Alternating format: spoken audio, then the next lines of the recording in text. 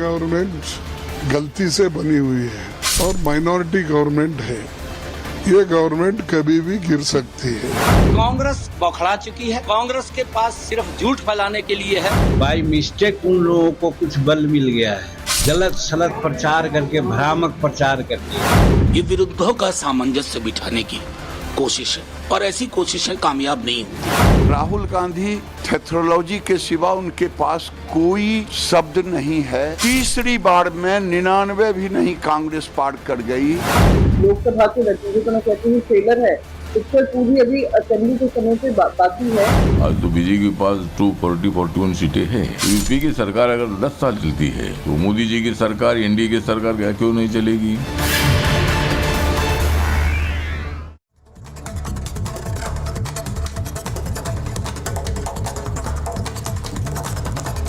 नमस्कार, आपके साथ मैं हूं सुजाता कुकरेती। आप देख रहे हैं अपना फेवरेट शो महाभारत और महाभारत में आज बात होगी नरेंद्र मोदी की सरकार की। बात प्रधानमंत्री नरेंद्र मोदी की, जो कि इटली में G7 दौरे के लिए पहुंचे। वहां पर किस तरह से दुनिया की बड़ी बड़ी महाशक्तियों के बीच में भारत का प्रतिनिधित्व करते हुए तीसरी बार प्रधानमंत्री बनने के बाद नरेंद्र मोदी पहुंचे थे। लेकिन इसी के साथ साथ यहां भारत में विपक्ष ने कह दिया है मोदी सरकार तो अल्पमत में है, मोदी सरकार तो कभी भी गिर सकती है। कांग्रेस के अध्यक्ष मल्लिकार्जुन खड़गे ने साफ साफ कह दिया कि नरेंद्र मोदी की सरकार अल्पमत की सरकार है, उसके पास आंकड़े नहीं है और यह सरकार तो कभी भी जा सकती है। अब इसके बाद सवाल ये उठ रहे हैं कि यह मल्लिकार्जुन खड़गे और कांग्रेस की सोच है, उनको पता है क्या हो रहा है अंदर खाने, या फिर ये उनका डर है। नरेंद्र मोदी प्रधानमंत्री कैसे बन गए, तीसरी बार सत्ता पे काबिज कैसे हो गए? क्या कांग्रेस को यही खींच है जिसके चलते वो लगातार ये कह रहे हैं कि ये सरकार खतरे में है, अल्पमत में है और कभी भी गिर सकती है? आज महाभारत में यही पूछ रही हूं कि खतरे में है मोदी सरकार या फिर विपक्ष का ये डर बोल रहा है। इसीलिए हमने सबसे पहले लोगों के बीच जाकर पूछा कि क्या उन्हें लगता है कि ये सरकार गिर सकती है। पहले जरा सुनिए जनता की राय, उसके बाद मैं आपको वो भी सुनाऊंगी जो कांग्रेस और बीजेपी के नेता इस पर कह रहे हैं। मुझे ऐसा लगता है कि जो वो कह रहे हैं वो गलत है, लेकिन मोदी जी की गवर्नमेंट ऐसी गिरेगी नहीं, क्योंकि जो उन्होंने काम किए हैं तो मुझे ऐसा लग रहा है कि उनके रहते में कुछ हो नहीं सकता। मेरा मानना है कि सरकार, मोदी सरकार नहीं गिर सकती है, ऐसा हो ही नहीं सकता। नहीं, मैं ऐसा बिल्कुल नहीं मानता। मेरे को नहीं लगता ऐसा जैसा बोल रही है वो ऐसा बिल्कुल होगा। हाँ, मतलब गिर तो सकती है क्योंकि नीतीश कुमार ट्रस्टवर्दी इंसान नहीं है। उनने पहले भी, इससे पहले पार्टियां चेंज करी है। यार गिरने को तो गिर सकती है, लेकिन मेरे ख्याल से नहीं होगा ऐसा। अभी उनकी यूनिटी बन गई है और मेरे ख्याल से अभी इस साल उनका अच्छा काम रहेगा। विपक्ष तो अपना क्या है ना कि अभी अपना चाह ही रही है कि वो जैसे ना तैसे करके सरकार तोड़े। हाँ, बिल्कुल गिर सकती है। नीतीश कुमार जी का कोई भरोसा नहीं है। सरकार कांग्रेस की बन सकती है। 6 महीने से ज्यादा ही ज्यादा 6 महीने लगेंगे, कांग्रेस सरकार आ जाएगी। मोदी वर्सेस एवरीबडी था। अगर वो सब इकट्ठे होकर भी उतने वोट्स नहीं जुटा सके जो अकेले उन्होंने जुटाए। शेर अकेला ही चलता है मैदान में और हमारे मोदी जी जो हैं वाकई में एक शेर हैं। एक आदमी के पीछे बताइए आप, पूरी पार्टी मिल करके एक आदमी को गिराने पे लगी हुई है। नहीं, वो सपना उनका सपना ही रह जाएगा। ये मोदी के आगे कोई टिक नहीं सकेगा। तो विपक्ष कह रहा है ये अल्पमत की सरकार है, कभी भी गिर सकती है, लेकिन वहीं बीजेपी तो अपने नंबर बढ़ाने के लिए तैयारी कर रही है, अगले अध्यक्ष की तैयारी कर रही है। वो चेहरा जो उसे विधानसभा के चुनाव भी जिताए और वो जो उसे आगामी लोकसभा चुनाव भी जिताए। ऐसे में जो बड़ी चर्चा है वो ये कि अब जेपी नड्डा के बाद अगला अध्यक्ष कौन होगा। तो इसीलिए आज दिखा रही हूं आपको, जरा चलाइए कि बीजेपी में नए अध्यक्ष की तलाश कैसे तेज हो गई है। कौन बनेगा अगला बीजेपी अध्यक्ष, इसे लेकर अब चर्चा तेज हो रही। जिनको आप देख रहे हैं, राजनाथ सिंह, उसके बाद अमित शाह बीजेपी के अध्यक्ष बने और उनके बाद जेपी नड्डा है, जिनकी अध्यक्षता में 2019 का भी चुनाव जीता और उसके बाद अब 2024। लेकिन अब अगला चेहरा कौन होगा? अगला अध्यक्ष 2029 तक रह सकता है, यह कहा जा रहा है। और मोदी संघ का करीबी चेहरा ढूंढा जा रहा है, ऐसा चेहरा जो नरेंद्र मोदी के साथ काम करे, संघ का भी करीबी हो, पार्टी को और मजबूत करने पर उसका फोकस रहे। ऐसा चेहरा जो 29 के चुनाव में जिताने की जिम्मेदारी अपने कंधों पर ले। 29 का चुनाव, उससे पहले राज्य के चुनाव है, इसी साल महाराष्ट्र और हरियाणा भी है। संघ और बीजेपी के रिश्ते मजबूत करने की जिम्मेदारी उस व्यक्ति पर हो। भागवत और योगी की मीटिंग आज है, उससे बड़ी चर्चाएं हो रही हैं, क्योंकि वहां पर भी कोई ऐसा संदेश दिया जा सकता है क्या, कोई बड़ी जिम्मेदारी दी जा सकती है क्या। अध्यक्ष को लेकर कई चेहरों पर अटकलें हैं और उनमें से हमने आपको बताया है कि विनोद तावड़े भी एक चेहरा है और सुनील बंसल पर भी चर्चा हो रही है, अनुराग ठाकुर के नाम पर भी चर्चा हो रही है। लेकिन अभी सिर्फ चर्चाएं हैं, सिर्फ नाम है। कौन होगा बीजेपी का अगला अध्यक्ष जो उसे ना सिर्फ इस सरकार को और वजन देगा बल्कि आने वाले चुनावों में भी नंबर ला कर देगा। यह रिपोर्ट पहले देखिए, उसके बाद महाभारत।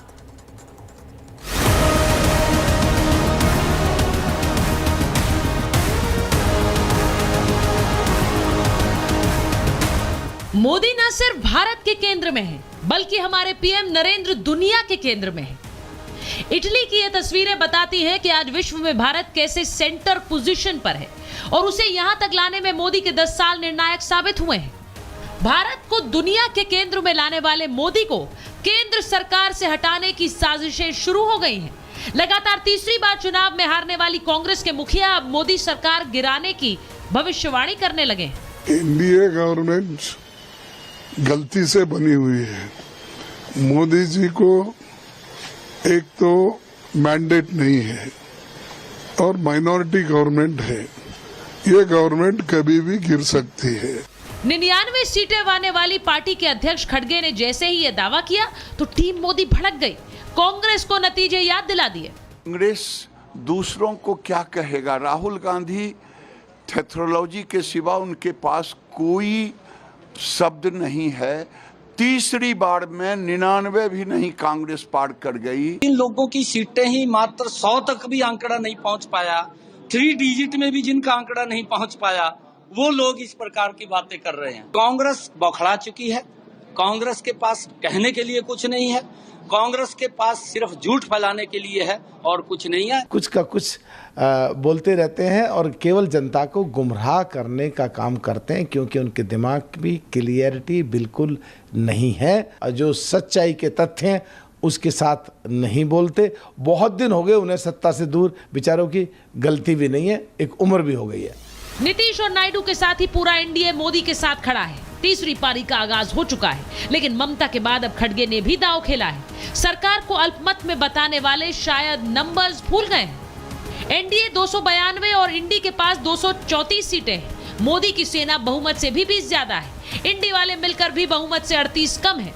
एनडीए और इंडी के बीच 58 सीटों का अंतर है। फिर क्यों ना कोई बोले कि ये मुंगेरी लाल के हसीन सपने हैं। It is a collision of contradiction. ये विरुद्धों का सामंजस्य बिठाने की कोशिश है और ऐसी कोशिशें कामयाब नहीं होती। आप एक एक पहलू ले लीजिए। भैंस मंगलसूत्र मुजरा के साथ कितना सहज होंगे चंद्रा बाबू और कितना सहज होंगे नीतीश जी, ये हम जानते हैं। ये सरकार जनता की इच्छा से नहीं बनी, क्योंकि जनता की इच्छा से दूसरे दल आगे बढ़ के आए हैं और ये तो ऊपर से नीचे आए हैं।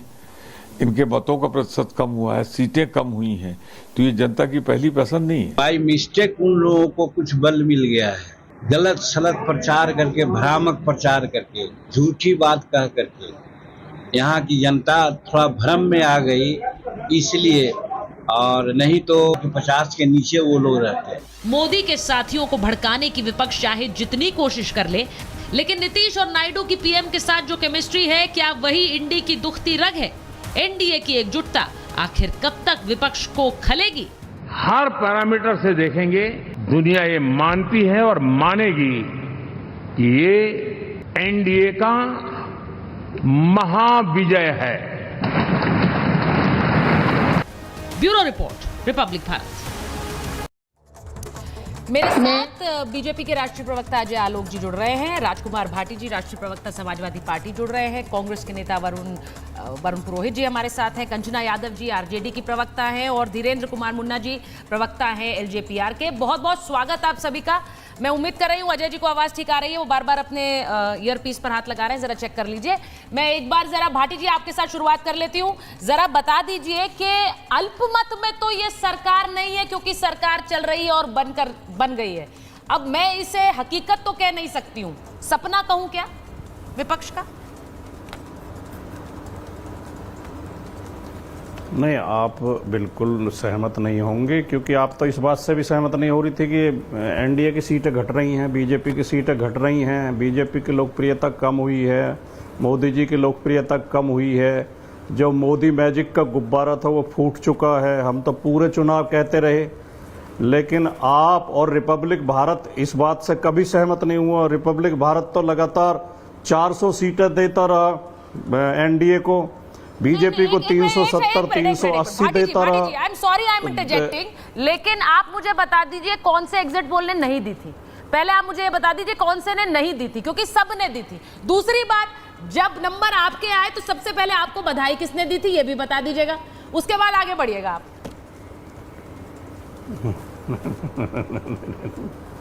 मैं पढ़ रहा हूँ, अगर सारे लोग भांग पिए हुए हैं तो इससे ये माफ थोड़ी हो जाता है कि भाई हमने भी भांग पी ली थी जब सभी पिए हुए थे। तो सवाल तो ये है नहीं, देखिए अभी आपने बोला जब आप जो पैकेज चला रही थी जी। तो उसमें आपने बोला इंडी और एनडीए के बीच ये इतनी सीटों का अंतर है। ठीक है, हमें तो आप इंडी कहेंगे, उन्हें एनडीए कहेंगे, यही भेदभाव दिखाई दे जाता है। हम तो मीडिया के इस भेदभाव से परेशान हैं।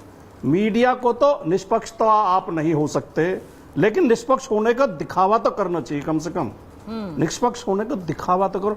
खुलेआम जब विपक्ष को कोसा जाता है मीडिया के द्वारा और मोदी जी की और उनकी पार्टी की प्रशंसा के कसीदे पढ़े जाते हैं, तो पत्रकारिता का स्तर गिरता है और हमें शर्म आती है कि हमारे देश की पत्रकारिता इस स्तर पर पहुंच गई कि विपक्ष का नाम भी ढंग से लेने को तैयार नहीं।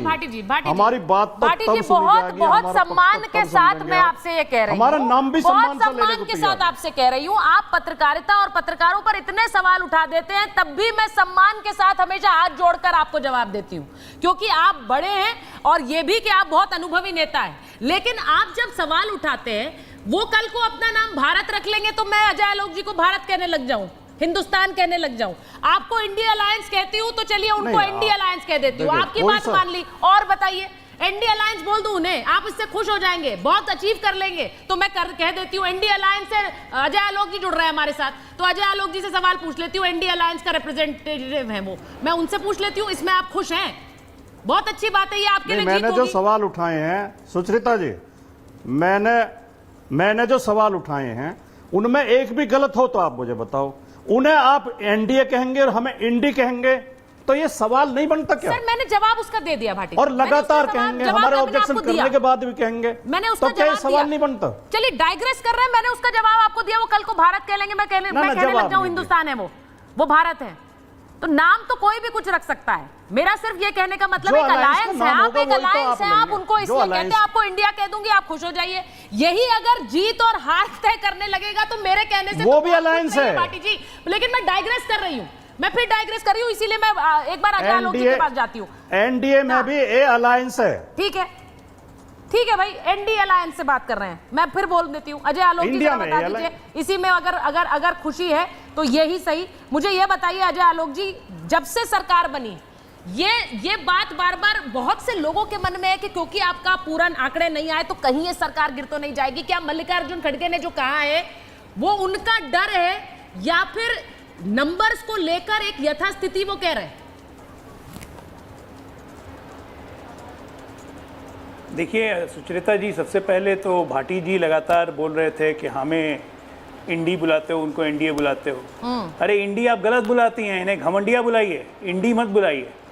तो ये भी अलायंस कहाँ रहा? आम आदमी पार्टी तो निकल गई बाहर, घोषणा कर दिया कि अब नहीं लड़ेंगे चुनाव अलायंस अब ये नई बदतमीजी का नया स्तर है, फोड़ रहे थे आम आदमी पार्टी की बदतमीजी का और बदजुबानी का नया स्तर है। कहाँ? सुनिए, बीच में नहीं बोलना है, बीच में नहीं बोलना है भाई, बीच में नहीं बोलना है। घमंडिया ही हैं आप लोग, इंडी फिंडी नहीं यार। आपकी बदतमीजी को हम जानते हैं, आप सब कितनी शालीन भाषा आपको आती नहीं है। देखिए कितनी बड़ी बात है, मैं आप ही की बात रिपीट कर रहा हूं। पड़ चुकी है, आप करिए। मैं आप ही की बातें रिपीट कर रहा हूं, सुनिए तो सही। आप तो बीच में नहीं बोलते हैं ना, आप बीच में नहीं बोलते हैं, आप सुनिए। शालील भाषा अभी आपके आपने पास कहा, है ही नहीं, अच्छे शब्द आपके क्या पास है ही सबने नहीं। भांग पी रखी है? ये तो क्या आपने भी भांग पी रखी? आप क्यों बीच में बोल रही हैं? बीच में क्यों बोल रहे हैं? सुनने में क्यों परेशानी हो रही है? अरे सुनना पड़ेगा, 5 साल है, कोई उपाय नहीं है, सुनना पड़ेगा। चुनाव में हार गए आप लोग। अरे अभी जब आपने कहा बदतमीजी कि करोगे सबने तो भांग बोलना पी ली पड़ता थी, है। क्या आपने भी भांग पी ली अजय थी? आलोक तो यही बात तो खड़गे जी के लिए हम कह रहे हैं कि अगर खड़गे जी ने भांग पी ली तो आप लोगों ने भी भांग पी ली क्या? 99 का नंबर नहीं है, चले सरकार बनाने। आप ही की बात आप ही पे लागू करता हूं, बताइए कहां से बनाएंगे सरकार? ये सरकार गिर जाएगी। कहां से गिरेगी ये सरकार? कौन गिराएगा सरकार? मैं तो आप ही की बात कह रहा हूं। आप बिल्कुल सही बोल रहे हैं कि सबने भंग पी है, तो आपने भी नहीं पी है, होश में रहना चाहिए। लेकिन होश में है कहां? कभी कुछ से कुछ, कभी कुछ से कुछ। आज जानते हैं कि नहीं, खटाखट क्या हुआ? कर्नाटका में 3 रुपए डीजल के भाव बढ़ गए, पेट्रोल के दाम 3.25 रुपए बढ़ गए। खटाखट, फटाफट 8,500 दे रहे थे हर महिलाओं को खाते में, अब 8,500 रुपये हर महीना खाते से बाहर लेंगे। आप लोग की तो अजीब नीति है भाई साहब। हरे हिमाचल में आया उल्टा किया, कर्नाटक में उल्टा किया, यहाँ खड़गे साहब उम्र का दोष हो गया, पता नहीं कुछ से कुछ बोलते रहते हैं, उसमें हम लोग डिबेट करने लगते हैं। मैंने 4 तारीख को ही बोला था सुचरिता जी, 4 तारीख के पहले भी बोला था कि 4 का रिजल्ट आने के बाद अवसाद के मरीजों की संख्या बढ़ेगी, बिस्तरों में इजाफा करना पड़ेगा। और देखिए मानसिक संतुलन कैसे हिल रहा है, घड़ी के पेंडुलम की तरह, कभी इधर कभी उधर, डग डग डग डग। कोई यूपी में 403 यात्रा निकाल रहा है, कोई फिर पीडीए की बात कर रहा है, कोई अपने आप को मजबूत करने के लिए सेंटर में आ रहा है। तो डगमगाहट किधर हो रही है वो तो साफ दिख रहा है। आप हम में खोज रहे हैं, कुछ नहीं मिलेगा। आदत डालिए विपक्ष में रहने की। अभी 25-30 साल और विपक्ष में रहना है भाटिया जी। घमंडिया लोग इधर आने वाले नहीं हैं। लोग देख रहे हैं आपकी करनी, आपकी कथनी और आपकी करनी, हकीकत सबके सामने आ रही है। मैं सिर्फ एक चीज कहूंगी, भाटी जी आप मुस्कुरा रहे हैं, मुझे बड़े अच्छे लगते हैं जब आप मुस्कुराते हैं। देखिए ये बात बड़ी अच्छी है कि आप दोनों ही अपनी पार्टी के बड़े अच्छे प्रवक्ता हैं और हमेशा शिष्टाचार से बात करते हैं, तो मुझे अच्छा लगता है, क्योंकि एक संदेश पार्टी क्या सोच रही है वो जाना चाहिए, मुद्दों पर चर्चा जानी चाहिए। मैं एक बार जरा वरुण जी के पास जा रही हूं, वापस फिर धीरेन्द्र जी के पास जाऊंगी। वरुण जी, आपने अजय आलोक को सुन लिया, उन्होंने कहा कि मल्लिकार्जुन खड़गे को अब समझ भी नहीं आ रहा है वो क्या कह रहे हैं, नंबर आपके पास नहीं है, और आप बार बार आम जनता में ये भ्रम फैलाने की कोशिश करते हैं कि ये सरकार अल्पमत में है। मैंने अभी लोगों की बात सुनवाई आपको, भले ही आंकड़े बहुमत के सिर्फ बीजेपी अलोन के पास ना हो, एनडीए के पास है, और लोगों को नहीं लगता है कि ऐसा कुछ होने वाला है। वरुण जी, क्यों भ्रम फैला रहे हैं आप? सुचारिता जी, भ्रम तो फैलाया गया था चुनाव में, मंगलसूत्र का, भैंसों को उठाने का, पता नहीं क्या क्या, इसलिए भ्रम की बात तो आप करो तो बीजेपी एक्सपर्ट है उसमें। जो अभी आपने कहा कि किसकी बात सुनी कि नहीं सुनी, मैं किसी बुजुर्ग आदमी के लिए गंदे शब्दों का प्रयोग ना करता ना सुनता, इसलिए मैं ऐसी बातों को सुनता भी नहीं हूँ, मेरे कान में भी नहीं डालता, ऐसे पाप कर्म नहीं करता कि बुजुर्गों के लिए क्या भांग पी ली, क्या क्या गंदी गंदी बातें कर। देखिए जो असली बात यह है कि अलायंस को वोट दिया है, अब अलायंस गठबंधन की सरकार बनाने के लिए जनता ने वोट दिया और मोदी जी उस गठबंधन के प्रधानमंत्री बने। मोदी जी की गारंटी, मेरी गारंटी, मैं से नहीं, हमसे देश चलता है, ये जनता ने सिखा दिया। तो आपको कंट्रोल रहना पड़ेगा। अभी भी आप अपनी मानसिकता वही रखोगे, कांग्रेस को कोसना, गांधी परिवार को कोसना, पूंजीवाद को आगे बढ़ाना और बेरोजगारी महंगाई पे चर्चा नहीं करना, तो जनता इस बात को समझती है। निजीकरण जितना करोगे जितना युवा आपसे दूर जाएगा, और उसने इस चुनाव में परिणाम दिखा इस बात का। और खड़गे साहब ने कहा है, तो इतने वरिष्ठ हैं, सीनियर कांग्रेस लीडर है, कांग्रेस के वैसे भी सीनियर है, हाउस में भी इतने साल से है, विधायक से लेकर सांसद रहे, तो उनका लंबा जिनका राजनीतिक जीवन है। देखिए मैं सब बुजुर्गों का सम्मान करता हूँ, मोहन भागवत जी ने कहा, उसका भी सम्मान करता हूँ, उन्होंने भी कोई चीज देख करके ही कहा है कि अहम अहंकार आडंबर नहीं होना चाहिए, और खड़गे साहब ने भी कुछ चीज देखी होगी जब ही कहा है। तो सरकार जो है अगर चलेगी, जब मानसिकता में परिवर्तन होगा, मैं नहीं, हम की मानसिकता लाएंगे तो जरूर चलेगी। उसमें सकारात्मक रूप से विपक्ष अपनी भूमिका निभाएगा, और आप फिर कहने लग जाओगे मैंने किया, जिसको सबने, इंद्रेश जी से लेके सबने टोका है। तो मानसिकता बदलने की आवश्यकता है, नहीं बदलेगी तो गठबंधन सरकार, जब ये एग्जाम्पल देते हैं अटल जी, मनमोहन सिंह जी, नरसिंह राव जी, उनमें एक बात आपको बताती हूँ, आपको अब जो है मोहन भागवत की बात भी बड़ी अच्छी लग रही है, आपको इंद्रेश कुमार की बात भी बड़ी अच्छी लग रही है, ये बड़ा अच्छा लगेगा बीजेपी को, पहली बात तो। दूसरी बात, इंद्रेश कुमार ने एक और बात कही कि राहुल की गारंटी का क्या हुआ, वो तो गारंटी दे रहे थे कि नरेंद्र मोदी पीएम नहीं बनेंगे, तो वो बात भी आपको अच्छी लगनी चाहिए। उन्होंने ये भी कहा कि अरविंद केजरीवाल ने लिख कर दे दिया था कि पीएम नहीं बनेंगे मोदी, तो वो बात भी आपको अच्छी लगनी चाहिए, उस पर भी तो रिफ्लेक्ट करिए जरा। मैं तो बोल रहा हूँ सुचारिता जी, बड़े बुजुर्ग कोई कहते हैं तो कुछ सोच समझ के कहते हैं, उनको हम काउंटर करें, उनको 90% बोलने लग जाए। मेरे संस्कार तो ऐसे हैं, ना इंद्रेश जी की बात को मैंने गलत कहा, अगर उन्होंने राहुल जी पे टिप्पणी की हो तो भी मैं गलत नहीं कह रहा, भागवत जी अगर किसी को कहते हैं संघ प्रमुख है तो भी नहीं कहता। बड़े बुजुर्ग हैं, हमारे लिए ही तो उन्होंने सब काम करा है जीवन भर, इसलिए मैं किसी का चाहे खड़गे साहब हो चाहे किसी के लिए मैं ऐसे शब्दों का प्रयोग नहीं कर सकता। मैंने बात करी राजनीतिक व्यवस्था की, और जो कांग्रेस मैंने आपने इतनी डिबेट मेरे से मैं आपके साथ किया हूं, मैंने हमेशा कहा विपक्ष का ग्लैमर बना नहीं, मोदी जी का रहा नहीं, वही चुनाव में परिलक्षित हुआ। अभी मैं फिर कह रहा हूं कि विपक्ष और मजबूती से और मजबूत कैंडिडेट लड़ाता तो परिणाम बिल्कुल उल्टे होते।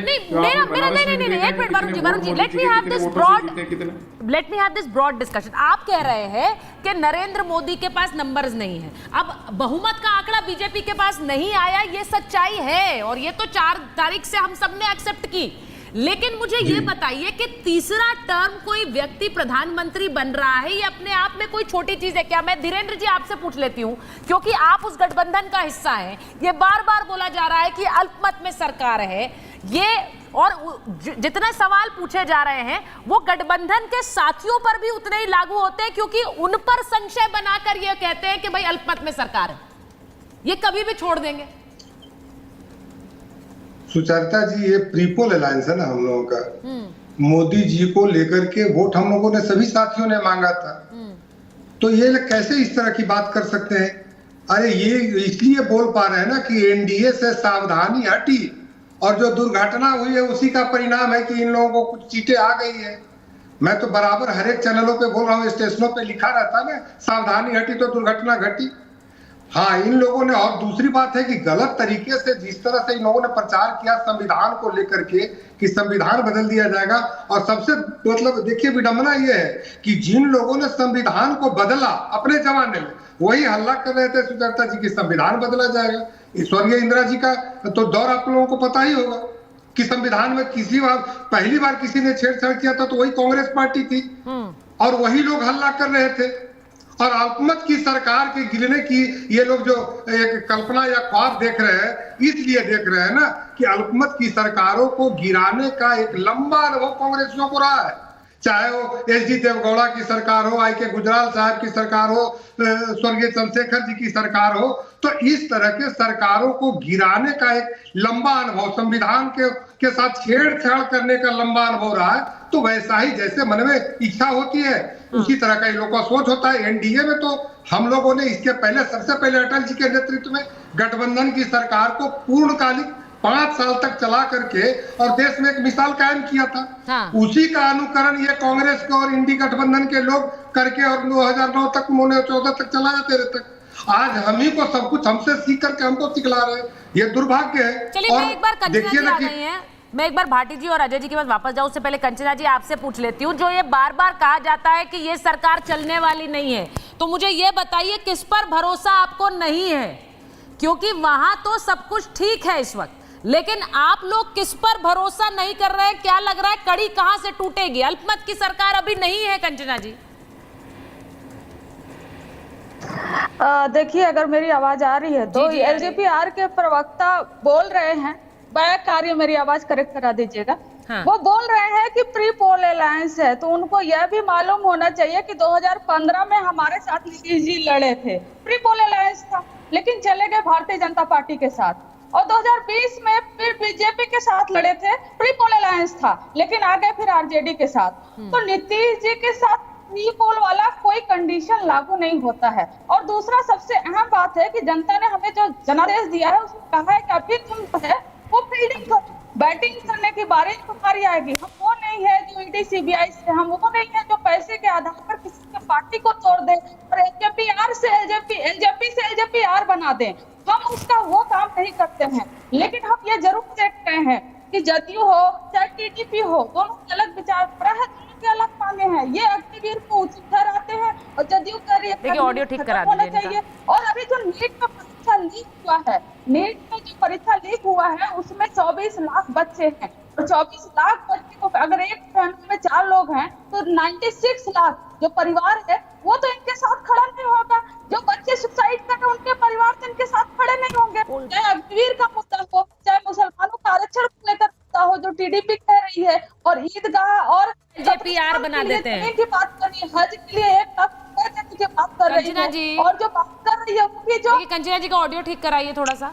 आप एलजेपी और एलजेपीआर की बात कर रही हैं, तो मुझे बताइए, अब तो दोनों साथ है, एनडीए में है, और एनडीए में साथ रहने से ही दिक्कत आप लोगों के लिए है। वहां पर वो साथ है इसीलिए दिक्कत है। आपने नीतीश कुमार की बात की, भाई नीतीश कुमार पर कोई भरोसा नहीं कर पाता है अजय जी, समस्या ये है। अभी मैंने लोगों से बात की तो लोगों को एनडीए पे भरोसा है, उन्हें लग रहा है ये सरकार रहेगी। जनता का एक तरह का पोल हम दिखाते हैं तो उस पे लोग कह रहे हैं कि हमें लगता है ये सरकार रहेगी, ये अल्पमत में नहीं है। लेकिन एक व्यक्ति ने ये जरूर कहा कि नीतीश जी का क्या भरोसा वो फिर पलट जाए। भाई सुचरिता जी, कमाल की बात है, हम सिर्फ संभावनाओं पे, भविष्य में ये होगा, नीतीश जी रहेंगे नहीं रहेंगे, उस पर बात कर रहे हैं। अरे आज क्या हो रहा है वो बात नहीं कर रहे हैं। सरकार बने हुए, ओत लिए हुए 5 दिन नहीं हुए, कितने बड़े बड़े फैसले हो गए। किसानों के खातों में 20,000 करोड़ रुपए पहुंच गए, 2 करोड़ भर घर बनाने का फैसला हो गया। पहला 100 दिन का क्या एजेंडा होगा उस पर बात हो गई। सकारात्मकता कहीं विलुप्त हो गई है, विलुप्त हो गई है। हर मंत्री अपने विभाग को लेकर कितना एक्साइटेड है। हमारे साथ बैठे हुए एलजेपीआर के प्रवक्ता मेरे भाई चिराग पासवान ने कितनी बड़ी बड़ी बातें बोली फूड प्रोसेसिंग के बारे में, और बिहार में उसकी कितनी संभावनाएं हैं। और आरजेडी की जो मेरी बहनें वो तो पढ़ी लिखी हैं, आगे देखने वाली हैं। अब नकारात्मकता से बाहर निकलिए ना, एक जिम्मेदार विपक्ष बनने का समय है। 5 साल तो रहना है विपक्ष में, 5 साल बाद देखेंगे। अब वैसे भी कौन सा जनादेश आपको आया, अगर खाली सिर्फ आपकी बात कर ले तो 40 पे 4 सीट पे रह गए, उसको आप जनादेश मानती हैं। अगर यही जनादेश है तो रखिए ऐसा जनादेश को अगले 50 साल तक, हमें कोई आपत्ति नहीं है। लेकिन सच्चाई ये है आज की तारीख में 294 की बहुमत की सरकार चल रही है, जिसके हस्ताक्षर राष्ट्रपति के पास हैं। जिस दिन हम सदन में बहुमत साबित करेंगे, मुस्कुराइए मत, ये 204 हो सकता है, 304, 310 कुछ भी हो सकता है। अब ये देखिए, क्योंकि सब लोग चाहते हैं विकास की लोग जी कह रहे हैं बात, भाटी जी देखिए खुजाने लगे। अब अजय आलोक जी ने एक और बम फोड़ दिया भाई। वो कह रहे हैं कि आप इस नंबर पर मत रहिए जब तक हम सरकार, हमारे नंबर और बढ़ सकते हैं। अब आपके पाले में गेंद फेंक दिया, आप सोचिए आपके में से कहां से टूट होगी और उनके नंबर और बढ़ेंगे। अब ये सोच लीजिए भाटी जी, वो आपको चैलेंज दे रहे हैं। बता दीजिए जरा कौन है ऐसा जो टूट कर जा सकता है वहां। भारतीय जनता पार्टी के प्रवक्ता कितने धीर गंभीर और कितनी गंभीर चर्चा कर रहे हैं कि उन्हें किसी के मुस्कुराने पे भी ऑब्जेक्शन है, किसी के खुजलाने पे भी ऑब्जेक्शन है। कमाल की बात है। देखिए, इस सरकार की स्थिरता पर अगर आज चर्चा हो रही है, लोगों को संदेह है, तो उसके 3 प्रमुख कारण हैं। नंबर 1, भारतीय जनता पार्टी को सदन में बहुमत नहीं है। भारतीय जनता पार्टी बहुमत से 32 सीटें नीचे है, 240 पे भारतीय जनता पार्टी रुकी। दूसरे, जो जिन खंभों पे, जिन बैसाखियों पे सरकार टिकी हुई है, उनका कोई भरोसा नहीं है कि वो कब बैसाखी हटा लेंगे, ये उनका इतिहास बताता है। चंद्रबाबू नायडू भी और नीतीश कुमार जी भी। तीसरी बात, इन दोनों सहयोगियों के भारतीय जनता पार्टी के मूल सिद्धांतों में, विचारधारा में जमीन आसमान का अंतर है। नीतीश कुमार जी जाति जनगणना कराना चाहते हैं, ओबीसी का कोटा बढ़ाना चाहते हैं, वे सीए के विरोधी हैं, एनआरसी के विरोधी हैं, अग्निवीर के विरोधी हैं। चंद्रबाबू नायडू आंध्र प्रदेश में मुसलमानों को आरक्षण दे रहे हैं, उन मुसलमानों के लिए तरह तरह के पैकेज घोषित किए हैं। 60 साल की आयु होते ही पेंशन दी जाएगी, बिना ब्याज का ऋण दिया जाएगा, हर शहर में कब्रिस्तान और ईदगाह के लिए जमीन दी जाएगी। भारतीय जनता पार्टी के विचार इनसे भिन्न है। ये 3 कारण हैं जिनकी वजह से इस सरकार की स्थिरता पे हमें ही नहीं, पूरे देश को संदेह है, हर नागरिक को संदेह है कि पता नहीं ये सरकार कितने दिन चलेगी और कब गिर जाएगी। आप ये कह रहे हैं कि आपका संदेह नहीं है, ये जनता का संदेह है। ये समाजवादी पार्टी के नेता या प्रवक्ता नहीं बोल रहे हैं, ये जनता बोल रही है। यानी जनता जो बोल रही है वो तो मुझे लगता है मैंडेट में आ गया है ना भाटी जी, उसको एक्सेप्ट करना पड़ेगा। जैसे आपने ये बात एक्सेप्ट कर ली कि आपके पास नंबर्स भले ही आए हैं, समाजवादी पार्टी के नंबर्स बड़े हैं, आप तीसरे नंबर की पार्टी बन गए, लेकिन आप सरकार नहीं बना पाएंगे। वैसे ही इसको भी एक्सेप्ट करिए कि वहां सरकार बन गई है, प्रधानमंत्री नरेंद्र मोदी तीसरी बार बन गए हैं। अब उनको हटाने के लिए क्या, मैं एक बार बड़ी खबर बता दूं, थोड़ी देर में ये मुझे बताया जा रहा है कि थोड़ी देर में योगी आदित्यनाथ और मोहन भागवत की मुलाकात हो सकती है। गोरखपुर में थोड़ी देर में यह मुलाकात होगी। चुनाव के नतीजों के बाद पहली बार यह मुलाकात है। और यूपी में बीजेपी के प्रदर्शन पर मंथन हो सकता है, यह इस वक्त की बड़ी खबर है। आपको बता दें कि गोरखपुर में योगी आदित्यनाथ और मोहन भागवत की यह बैठक हो सकती है। अब अजय जी एक चीज मैं आपसे जरूर पूछूंगी, क्योंकि यहां पर चर्चाएं इस बात को लेकर भी हैं कि आने वाले समय में विधानसभा चुनाव होने हैं, आपको, आपकी पार्टी को एक नया अध्यक्ष मिलना है। अब उस अध्यक्ष के नाम को लेकर भी बहुत सी चर्चाएं हो रही हैं, और इसलिए हो रही हैं राइटली सो क्योंकि जेपी नड्डा जी केंद्र सरकार का हिस्सा बन चुके हैं, उनका कार्यकाल खत्म हो रहा है, इतने सारे चेहरे हैं, लोगों को नहीं पता है कौन उस पद पर आएगा, लेकिन उस पर जिम्मेदारी बहुत ज्यादा होगी आगामी विधानसभा चुनावों की भी, और साथ ही साथ एक तरह से इस गठबंधन को साथ लेकर चलने की भी। अजय जी। नहीं, निश्चित तौर पे सुचरिता जी, आगामी विधानसभा चुनाव होने हैं और हमारे संगठन के भी चुनाव होने हैं। अभी तो हमारे हर जगह, हर प्रदेशों में राष्ट्रीय कार्य समिति का चुनाव होगा, वहाँ से मेंबर्स आएंगे। वो जब राष्ट्रीय कार्य समिति का चुनाव पूरा होगा तब यहाँ पे वो लोग बैठेंगे, तब राष्ट्रीय अध्यक्ष का चुनाव होगा। लेकिन उनसे विधानसभा चुनाव को कोई मतलब नहीं होगा, क्योंकि निश्चित तौर पे अभी जैसे नड्डा जी केंद्रीय कैबिनेट में आ गए हैं, तब भी राष्ट्रीय अध्यक्ष का कार्यभार संभाल रहे हैं। तो जब तक वो संभालेंगे उसके बाद पार्टी की कार्यकारिणी कार्यकारी अध्यक्ष नियुक्त करेगी। चुनावों पर उसका कोई असर नहीं पड़ेगा, क्योंकि भारतीय जनता पार्टी का हर कार्यकर्ता अपनी जिम्मेदारी समझ के काम करता है। और निश्चित तौर पे उत्तर प्रदेश, महाराष्ट्र, बंगाल में रिजल्ट देखने के बाद हर कार्यकर्ता पहले से ज़्यादा सजग हो चुका है, और हर नेता पहले से ज़्यादा एक्टिव, सजग और रिस्पॉन्सिबल तीनों हो चुका है। और ये एक झटके की तरह है हमारे लिए। लेकिन तब भी इस झटका भी ऐसा झटका है भाटी साहब कि हमारा उच्चतम तीसरा स्कोर है, ये 303, 282, 240, ये हमारा उच्चतम स्कोर है। अब भाटी साहब आप तो इतने पुराने हैं कांग्रेस को जानने वाले, 232 की अल्पमत की सरकार नरसिम्हा राव चला गए, तो ये तो मोदी है, 240 है, कहाँ से सपना अपना पाल रहे हैं। इसलिए फॉल्स नैरेटिव में मत जिंदा रहिए। मुझे लगता है कंस्ट्रक्टिव विपक्ष बन के काम कीजिए, सरकार को सलाह दीजिए, सरकार के साथ कंधे से कंधा मिला के चलिए, देश को आगे बढ़ाते हैं। सत्ता उत्ता में आना नहीं है आप लोग को, सब दो ही सपने छोड़ दीजिए, 27 में भी नहीं आने वाले हैं, योगी जी काफ़ी हैं। तो ये सब छोड़ के मुझे लगता है कि अब एक सकारात्मक विपक्ष की भूमिका में आना चाहिए। पहले ही से प्लानिंग बना रहे हैं कि सदन आना है, कि पहले हम कौन कौन से मुद्दे उठाएंगे, सदन नहीं चलने देंगे, तो ये नकारात्मक छवि अगर आपकी जनता के सामने जाएगी तो ये अच्छा नहीं होगा। तो मुझे लगता है कि अब ये सब छोड़िए, नंबर प्रूव हो चुका है, बहुमत भी साबित हो ही जाएगा आराम से। एक सहयोगी की तरह, एक विपक्षी सहयोगी की तरह जो सरकार के साथ सकारात्मकता से बात करे, देश के लिए सकारात्मक सोचे, मुझे लगता है कि वो एक ज्यादा अच्छा राह होगा। लेकिन मैं अजय जी अभी थोड़ी सी दिखाते राहुल बाबा, थोड़ी सी मुश्किलें और बढ़ने वाली हैं, क्योंकि जैसा आपने कहा कि आने वाले सत्र के लिए एजेंडे तय हो गए हैं, आपने भी तय किए होंगे, उन्होंने भी तय कर लिए हैं। भाटी जी मैं आ रही हूं आपके पास, लेकिन उससे पहले एक खबर जो कि अजय जी के लिए भी है, आपके लिए भी है, कि लोकसभा स्पीकर पर जो खबर आ रही है, ये डिप्टी स्पीकर की मांग विपक्ष कर रहा है, और स्पीकर का उम्मीदवार उतार सकता है विपक्ष, ये भी कहा जा रहा है। मांग ना मानने पर स्पीकर के लिए प्रत्याशी उतारेगा विपक्ष। अब ये खबर हमारे पास आ रही है कि अगर डेप्यूटी स्पीकर का पद नहीं दिया गया तो हम स्पीकर के लिए भी उतार देंगे चेहरा, ये विपक्ष की ओर से आ रहा है। भाटी जी जरा बताइए इनसाइड स्टोरी, अंदर की खबर बताइए जरा, क्या एजेंडा है, कैसे घेरेंगे इन्हें, सत्र शुरू होने वाला है। स्पीकर के चुनाव को लेकर हमसे ज्यादा इनके सहयोगी डरे हुए हैं दोनों। उनका ये मानना है कि अगर भारतीय जनता पार्टी का स्पीकर बन गया तो ये दोनों दलों को तोड़ देंगे, क्योंकि इन्होंने ये जगह जगह किया है। महाराष्ट्र में पार्टी तोड़ी है, कर्नाटक में तोड़ी है, मध्य प्रदेश में तोड़ी है, उत्तर प्रदेश में विधायक खरीदे हैं।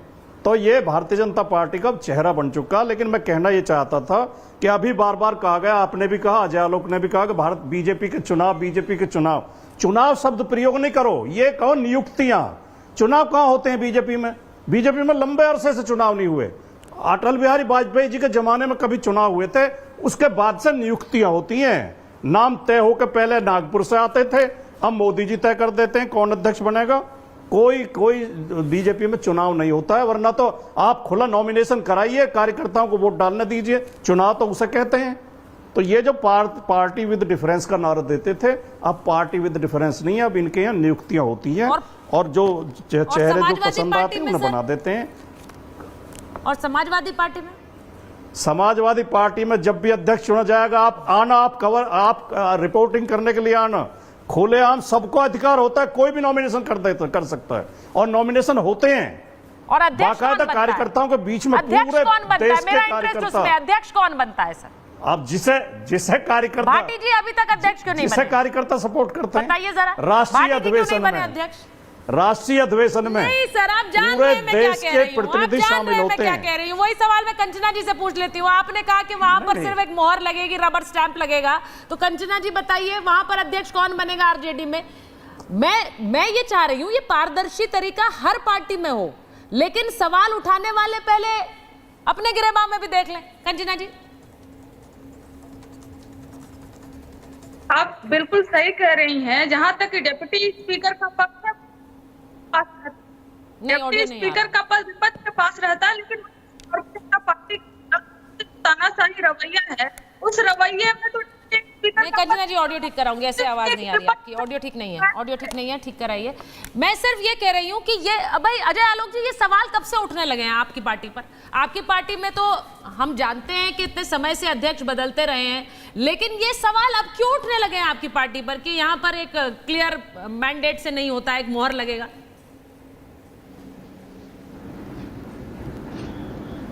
है कि हमारे पे सवाल, जैसे आपने पहले ही टोका उनको, भाटी जी को, हमारे पे सवाल वो उठा रहे हैं जो इस दुनिया में आने के पहले ही अध्यक्ष उनके नाम के आगे लिख जाता है, श्री या श्रीमती, कि इनका जो बेटा बेटी होगा वही अध्यक्ष होगा। वो हमें बोल रहे हैं कि हमारे यहाँ नॉमिनेशन होता है, सिलेक्शन होता है। अरे भैया, पूरी हमारी प्रक्रिया समझ लीजिए। राष्ट्रीय कार्य समिति के सदस्य चुने जाते हैं हर स्टेट से, वो स्टेट आते हैं, वो इलेक्ट करते हैं, ठीक है ना। बाकी आपको अपना जो मर्जी है अपना सोचते रहिए, समझते रहिए। मैं तो आज भी बता सकता हूँ कि आपके यहाँ क्या अध्यक्ष, महिला अध्यक्ष होगी पहली, ये भी देश में कीर्तिमान आप बनाएंगे महिला अध्यक्ष देके, ये तो मैं भी गारंटेड कर रही हूँ। शर्त लगा लीजिए मेरे से, है हिम्मत तो मत लगाइए शर्त। उसी तरह से तो इसलिए हमें सुझाव देने की जगह थोड़ा अपने यहाँ देखा कीजिए। हमारे यहाँ इलेक्शन का एक प्रोसेस है, हमारे यहाँ मंडल के भी चुनाव होते हैं, हमारे यहाँ प्रमंडल के भी चुनाव होते हैं, जिला के भी चुनाव होते हैं, अब बहुत जम के चुनाव होते हैं। कभी आके देखिए भारतीय जनता पार्टी के संगठनात्मक चुनाव को, मज़ा आ जाएगा। बिल्कुल लगेगा कि कहीं कहीं समाजवादी पार्टी भी आ गई है, कहीं कहीं वैसा भी हो जाता है, ठीक है ना। तो इसलिए हमारे चुनाव पे, हमारे आंतरिक चुनाव पे बोलने का अधिकार कम से कम समाजवादी पार्टी, कांग्रेस और आरजेडी जैसे परिवारवादी पार्टियों को तो नहीं है। अब बताइए हमारा अगला अध्यक्ष कौन होगा? कोई नहीं जानता, मैं भी नहीं जानता हूँ, लेकिन मैंने तो अब प्रेडिक्ट कर दिया आज से 20 साल के बाद, 15 साल के बाद, कि समाजवादी पार्टी की अगली अध्यक्ष एक महिला होगी। मैं हिंट कहाँ कर रहे हैं भाटी जी? अजय आलोक जी, जब अमित शाह अध्यक्ष चुने गए थे उसके 6 महीने से पहले मीडिया ने कहना शुरू कर दिया था अगले अध्यक्ष अमित शाह होंगे। जब जेपी नड्डा बने, जेपी नड्डा का नाम 6 महीने पहले आना शुरू हो गया था। ये ढोंग है, केवल ये पाखंड है। बस इतना फर्क है कि हम ढोंग करते नहीं है, पाखंड करते नहीं है, हम जो है वो बोलते हैं। आप पाखंड करते हो, चुने जाते हैं, चुने नहीं जाते, नियुक्त होते हैं। हमारा अध्यक्ष अभी से 6 महीने बाद आएगा ना, जब आएगा अभी आप देखना, हमारा अध्यक्ष 6 महीने बाद आएगा ना, पहले ही सबको पता चल जाएगा चर्चा शुरू होगी तब आएगा। मैंने तो आज से 20 साल के बाद का अध्यक्ष बता दिया भाटी जी। हाँ, चर्चा शुरू होगी। मैंने तो आपके पार्टी के आज से 20 साल के बाद अध्यक्ष कौन होगी वो भी बता दिया मैंने। अरे भाटी जी गेस कर लीजिए, मैं तो चाह रही हूँ, आपने कहा तो क्या बायोलॉजिकली पैदा नहीं हुए हैं, इसलिए बता सकते हैं। नहीं होगी। नहीं भाटी जी, दिस इज इंटरेस्टिंग। आप बोलिए नहीं होगी, आप बोल दीजिए नहीं होगी। आप तो नाम बताइए। आप कह रहे हैं पिछली बार पता था कि अमित शाह बनने वाले थे, नड्डा जी बनने वाले थे, हमें पहले से पता था। इस बार कौन बनने वाला है जरा बताइए ना, इनको मात दे दीजिए इस बात पर, बताइए कौन बन रहा है। सुचरिता जी बोलिए ना। ये सच्चाई है, जिसका चेहरा मोदी जी को पसंद होगा वो बनाया जाएगा। अभी अनुराग ठाकुर का नाम चर्चा में आ गया है। हाँ। अनुराग ठाकुर, स्मृति ईरानी, 2 नाम चर्चा में आए हैं। अगर आपका पसंद आ गया तो आप बन जाएंगे। मोदी जी ठप्पा लगा देंगे, वो अध्यक्ष बन जाएगा। कार्यकर्ताओं की कोई भूमिका नहीं होगी, कोई चुनाव नहीं होगा। मैं केवल ये कहना चाह रहा हूं, और ये जो भविष्यवाणी कर रहे हैं अजय आलोक, ये जो बायोलॉजिकली पैदा ना हुए हो वही आदमी इतना लंबे आगे की भविष्यवाणी कर सकता है। हम तो बायोलॉजिकली पैदा हुए हैं, अपनी माँ के पेट से पैदा हुए हैं। कुछ लोग ऐसे भी हैं जो बायोलॉजिकली पैदा हुए, इसलिए तो मैं बोल रहा हूँ 20 साल बाद आपकी अध्यक्षा होंगी। आप बोल रही है नहीं होंगी, हिम्मत है तो बोलिए। अब हम तो भविष्यवाणी नहीं कर सकते।